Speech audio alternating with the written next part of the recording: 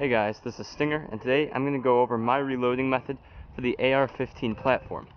This of course includes the M4, M16 family of guns. This reloading tactic will be for airsoft guns, so keep that in mind throughout the video. The first thing we'll go over is my gun. On the front I have a UTG tactical foregrip placed a bit further towards the front than maybe a lot of people would put it, because that's the way I like to hold it. I like to use the modern style of grip.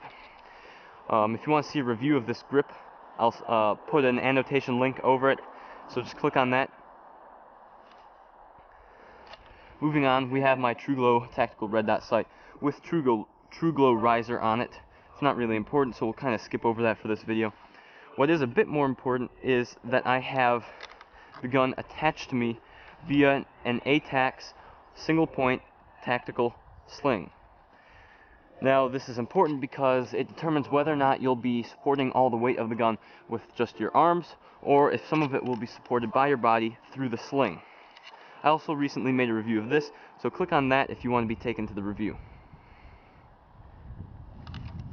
Now the base gun is an Airsoft GI FMG4A1 hard next generation. This gun is custom, even though there isn't a whole lot of custom things on it yet. We're planning on making it a lot more unique, and we've nicknamed it the Wraith. Okay, so moving on. The magazines. The one I have in it right now is the magazine that came with it. This is a metal Lonex flash magazine. This is really cool. It holds 360 rounds, and you wind it by using the little pull cord on the bottom. The other magazines that I have are also metal. They are made by Echo One. These are the Dogs of War 100 round mid caps. I have 3 of them in my magazine pouch that we'll talk about in a second. And on the bottom of these awesome mid capacity magazines, I have a black MagPul on each of them. And it is in the 5.56 millimeter sizing for Stanag magazines. And they are of course made by MagPul. These are not PTS, these are real steel MagPul Magpuls. And it sounds weird saying that. Like I said, I have 3 of them in this Condor OE Tech magazine pouch. Each pouch is made to be able to hold 3.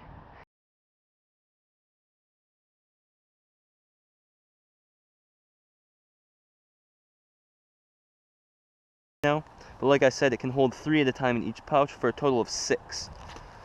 This is the other one, and that is attached to my Condor OE Tech battle belt. On the right side of the battle belt, I have my dump pouch. Lots of people like to put these in the back, but I find it more difficult for me to actually get the magazines into it if I can't see it or access it very easily. And I feel like it also takes me a lot longer to put the magazine in it if it's in the back of my battle belt.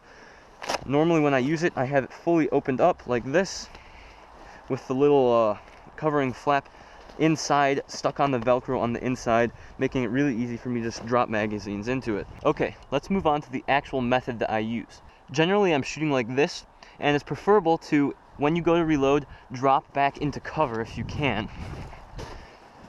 At this point, you would perform the reload. But let's say that you can't.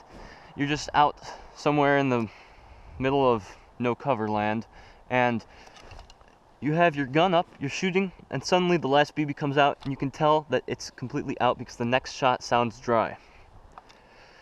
At this point, most people tend to drop their guns and kind of go low like this and look at it like this while they reload. This is a really bad thing to do.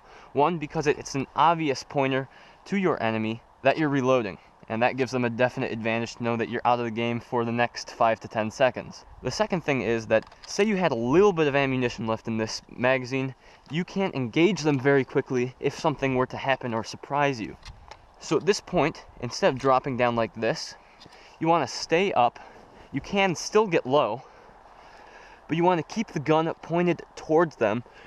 For one, to keep the illusion that you're still focusing on them and firing at them, and 2, to be able to continue to engage them if you have to. I'm going to do this standing up just to show you guys easier, because you won't be able to see very well if I'm crouched.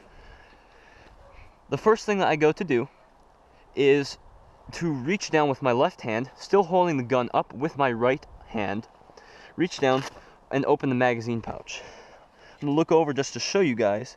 Generally, I would continue to look downrange just so I can keep my battlefield awareness. And then I would pull the magazine out. You can see I use my index finger to grab the MagPul loop on the bottom, and then I stabilize it with my thumb. The other 3 fingers are left open, and this is why.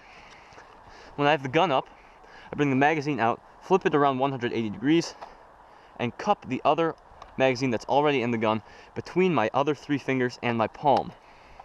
I hit the magazine release with my right hand, pull the old mag out, and I use a V grip and put the other magazine in.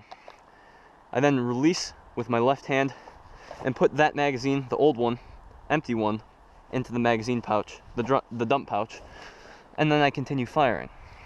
So the advantages of this method are that you do not lose your battlefield awareness, and that you continue the illusion of firing at your enemy so that they still think that you're in the game.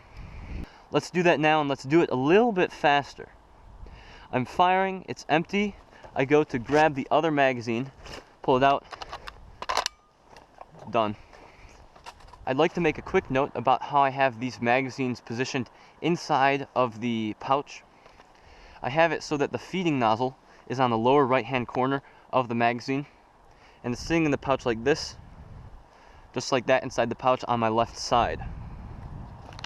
The reason for this is that I can grab it and just flip it 180 degrees and set the proper angle and orientation to go straight into the gun. Alright, let's do it again, and I'll do it a little bit faster this time.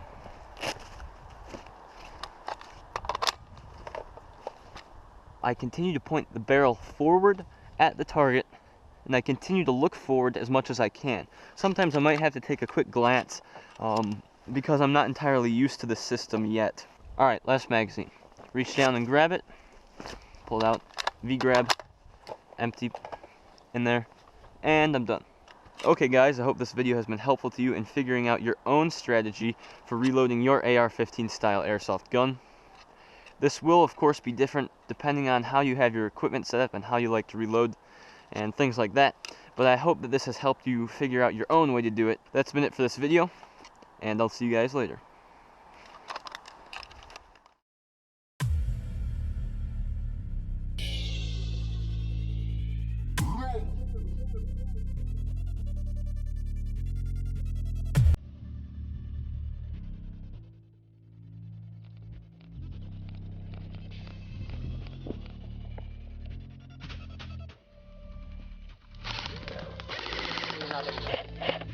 Like there and there. Hop here.